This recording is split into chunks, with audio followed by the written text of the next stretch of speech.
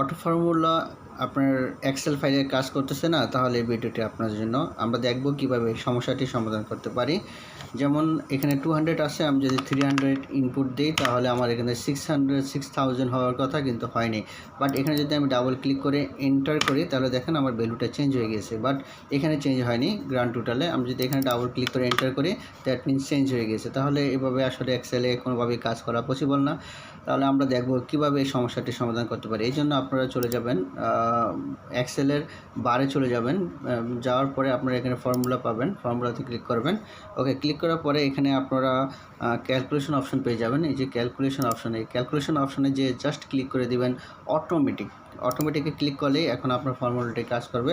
তাহলে আমরা এখন দেখি কিছু ভ্যালু চেঞ্জ করে আমাদের ডাটা চেঞ্জ হয় কিনা। তাহলে আমার 300 আছে, আমি এখানে 200 করে দিলাম।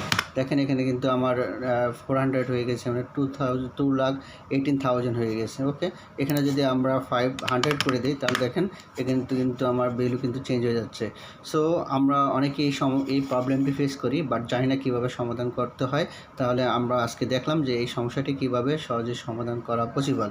সেই জন্য আমাদেরকে কোথায় যেতে হবে, আমাদের এই এক্সেলের বার থেকে ফর্মুলাতে যেতে হবে, যে জাস্ট এখানে ক্লিক করে আমাদেরকে অটোতে ক্লিক করে দিতে হবে। ওকে, অটোমেটিক ক্লিক করলে আমাদের এই সমস্যাটির সমাধান হয়ে যাবে।